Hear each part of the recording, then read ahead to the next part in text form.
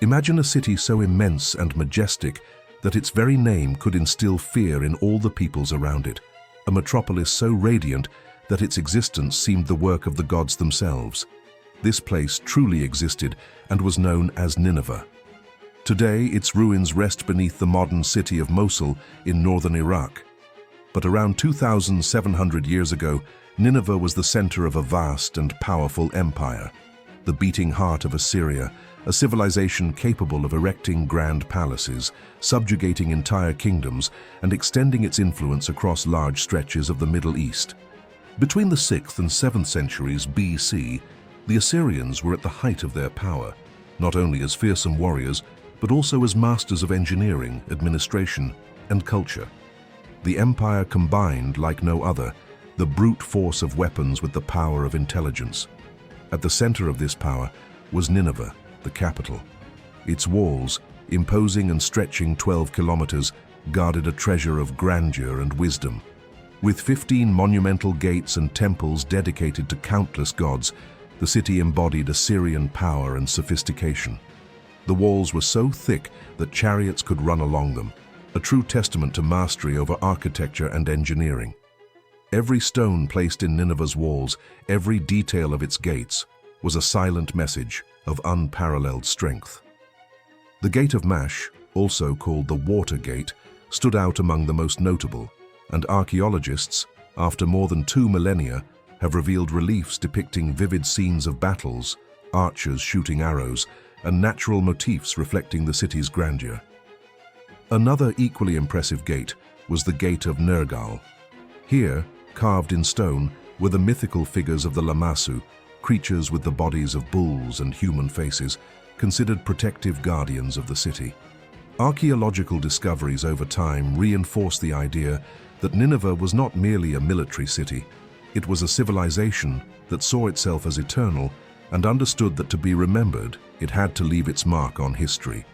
And that is precisely what they did, not only through their temples and palaces, but also through the stone reliefs that narrated their victories and glories, leaving a legacy that would endure for centuries. It is in this context of splendor that the palace without rival emerges, one of Nineveh's most extraordinary structures, better known as the Palace of Sennacherib. The name was not an exaggeration, for the site was truly monumental. With hundreds of halls, columns seemingly reaching the sky, and breathtaking sculptures, the palace was a true masterpiece of Assyrian architecture.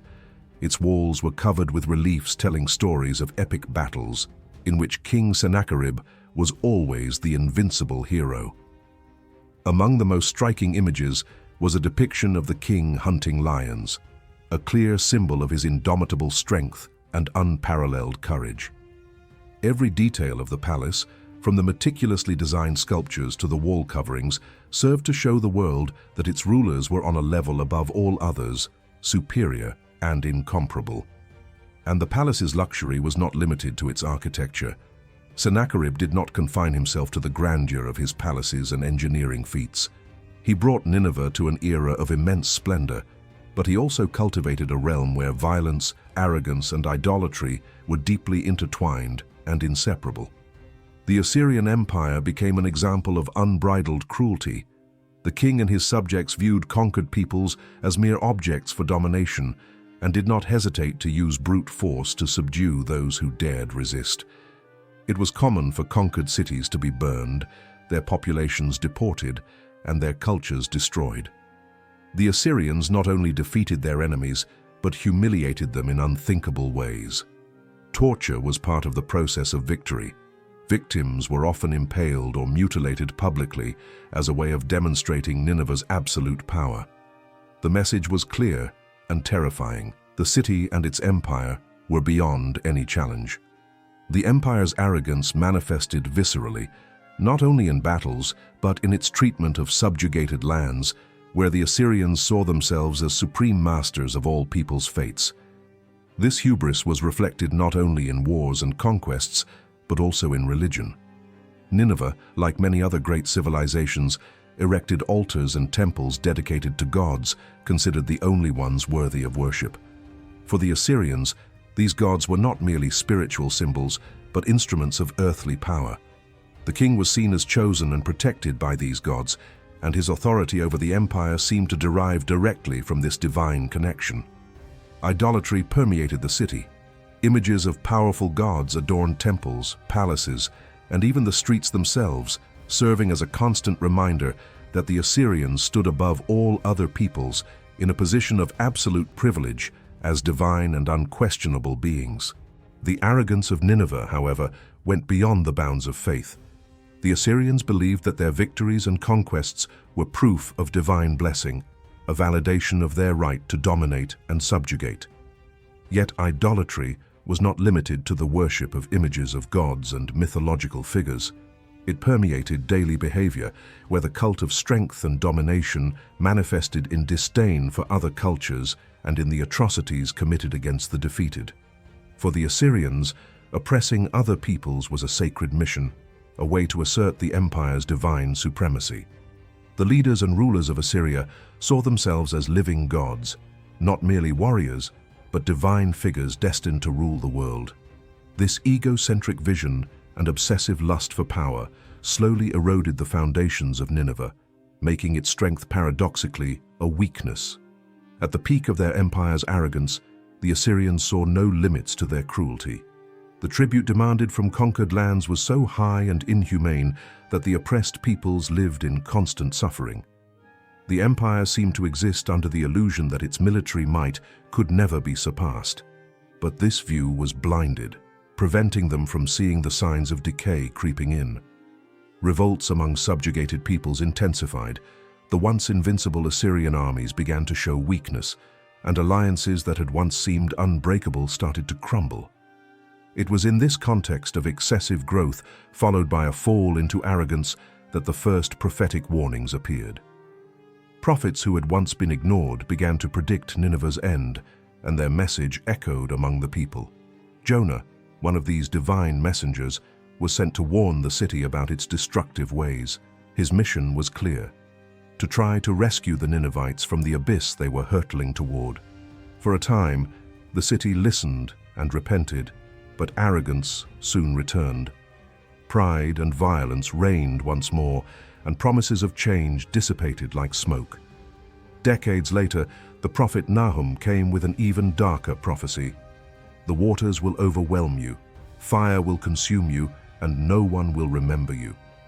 No one could imagine that a city so vast and powerful, with its impenetrable walls, feared armies, and unshakable sovereignty, could fall. Yet the signs were clear. Violence, arrogance, and idolatry had created an empire that, grand as it was building its own ruin. The prophecy began to unfold in an unimaginable way, a fall that seemed impossible. Neither the Assyrians nor their enemies believed Nineveh could fall. The city was seen as an unassailable fortress, with enormous walls, massive stone gates, and an army that terrorized anyone who dared oppose it. Yet destiny, as always, delights in proving that even giants can fall. The year was 612 BC. While the Assyrian kings struggled to hold the remnants of their empire together, their enemies finally united. The Babylonians, led by Nabopolassar, joined forces with the Medes, a powerful people rising from the lands of present-day Iran. Revenge burned in their hearts, and Nineveh was their primary target. The siege began. For months, enemy armies camped around the city, waiting for the right moment to strike. But Nineveh's walls were imposing and nearly impregnable. It was said that up to 3 chariots could run side by side along the top. Inside the city, King Sin-Sharishkun, grandson of Sennacherib, struggled to maintain order and control. The people still believed the gods were on their side, but fear began to grow. Food ran scarce, water dwindled, and omens became increasingly grim. The rain, which seemed never-ending, was a clear sign that something was about to happen. The Tigris River, which normally sustained the city, began to rise alarmingly. And then, according to ancient accounts, including the chronicler Diodorus of Sicily, the impossible occurred. The river overflowed, and the force of the waters destroyed parts of the walls.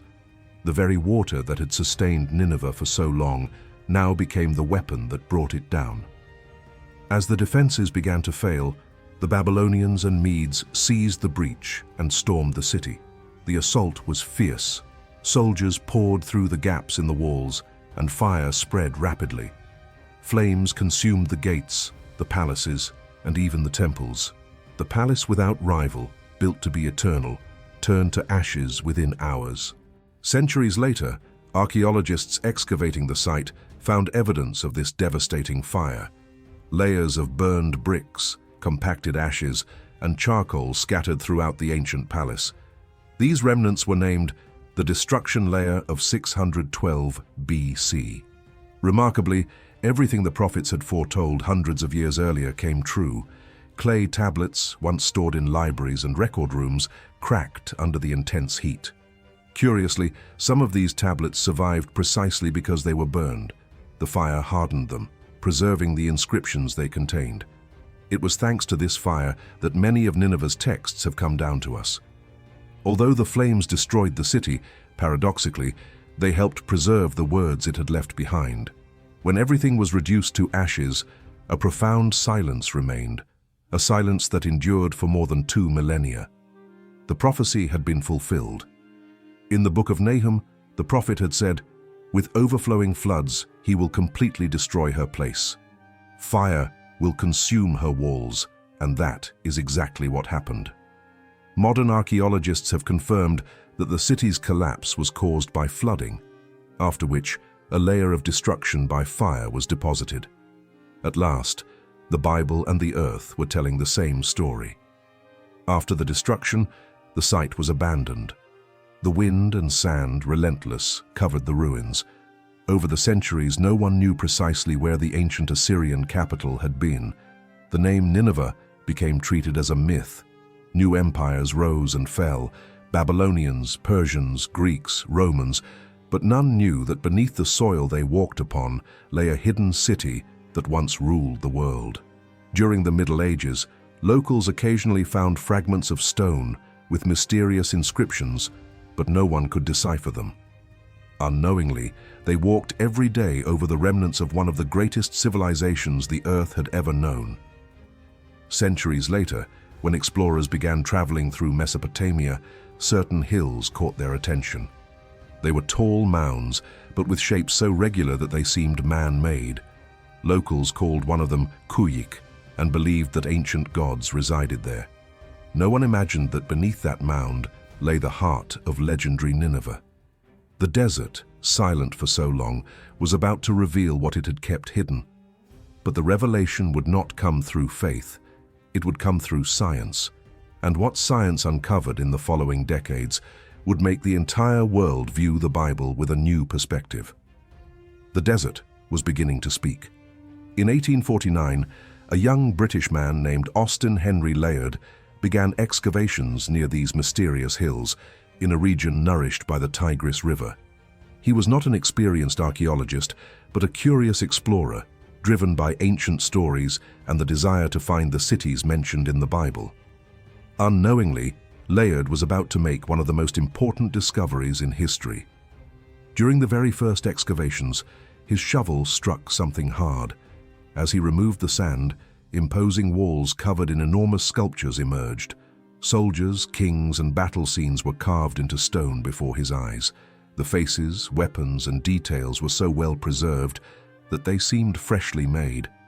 It was then that Layard realized he was not facing just any ruin.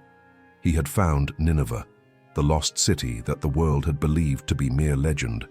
Among the ruins, he discovered imposing creatures with the bodies of bulls, wings of eagles, and human faces, the Lamassu, sacred guardians of the city gates. These sculptures stood over 4 meters tall and weighed tons, symbolizing divine protection and power. Transporting them to the United Kingdom was a monumental challenge. Layard had to saw some of them and drag them with pulleys to the boats on the Tigris. When they arrived in London and were displayed at the British Museum, the public was astonished. Newspapers ran headlines proclaiming that the Bible had gained a body of stone. Suddenly, what many had considered a myth was there, real, visible, and monumental. But this was only the beginning. A few years later, another explorer entered the scene. Hormuzd Rassam, an Iraqi who had worked with Layard, continued the excavations and made an even more impressive discovery. In one of the royal palaces, Rassam found thousands of clay tablets written in cuneiform, the oldest recorded language in human history. These tablets were organized, stacked, and divided by subjects such as religion, law, astronomy, mathematics, and stories. It was the library of Ashurbanipal, the last great king of Assyria. Some scholars refer to this discovery as the first Google in history. Among the tablets, one stood out. It recounted the story of a king named Gilgamesh and a great flood that destroyed the world. A man, Utnapishtim, survived by building an ark to save his family and the animals. This story, involving a catastrophic flood, was the earliest version of the story of Noah. The major difference was that this narrative had been written about 1,000 years before Genesis.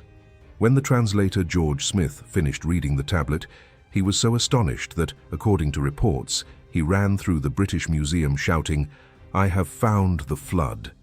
This discovery was revolutionary. The Bible was no longer seen merely as a myth, it was recognized as part of a much older narrative. Archaeology was finally bringing the scriptures to life. The inscriptions found on the walls of Nineveh bore names familiar from biblical accounts. Sennacherib, Esarhaddon, Ashurbanipal, all described with their titles, victories, and great deeds. These kings, once considered legendary figures, were now carved in stone, immortalized in the ruins. Every tablet, every seal, every relief was physical proof that they had truly existed. For centuries, many scholars doubted the authenticity of these names, but the excavations proved otherwise. Now the kings mentioned in the Bible were there, before the eyes of humanity. And most intriguingly, the ruins of Nineveh themselves showed clear signs of destruction, caused by fire and water, just as the ancient prophecies had described. After the initial excavations, Nineveh continued to be studied, but in recent years, the greatest surprises began to emerge. With advances in technology, archaeologists began using drones, underground radar, and even 3D printing to map what still lay hidden beneath the soil. During the war, part of the mound was destroyed, but when the dust finally settled, new archaeologists discovered secret passages beneath the ruins, filled with markings left by forgotten kings. Inscriptions attributed to Esarhaddon and Ashurbanipal spoke of temples built, victories won, and glories recorded over 2,600 years ago. They seemed to whisper directly from the depths of the earth, telling stories long lost to time. The story of Nineveh is still alive, echoing through the ages. In 2025, archaeologists from Heidelberg University in Germany made an astonishing discovery: a monumental relief over 5 meters tall, depicting King Ashurbanipal alongside the deities Ashur and Ishtar. This image is extremely rare, as Assyrian sculptures seldom showed gods next to kings. Even more remarkable was the fact that the relief had been hidden behind a clay wall, as if deliberately protected before the Babylonian invasion. This care allowed the work to remain intact for nearly 3,000 years. Each new discovery is like a piece of history returning to its place. Archaeologists believe that only about 30% of Nineveh has been excavated so far, meaning the rest still lies beneath modern Mosul, waiting to be revealed. There is still much of Nineveh to uncover. Today, those who walk among the ruins of the ancient city see past and present intertwined. Masons and archaeologists work side by side, using 3D printers and historical images to reconstruct Nineveh's original gates. The sculptures that survived are being restored in laboratories in Iraq, Italy, and Germany. And even after so much destruction, one thing has become clear: Nineveh did not die. It merely waited for the right moment to be rediscovered. The desert tried to hide the city, but history always finds a way back. In the case of Nineveh, it returned in full force, confirming that everything recorded thousands of years ago was true. If this story made you reflect on how the past still speaks to us, subscribe to the channel. Archaeology continues to reveal new secrets, and you will see that the deeper we dig into the past, the more the present makes sense. God bless you. See you soon.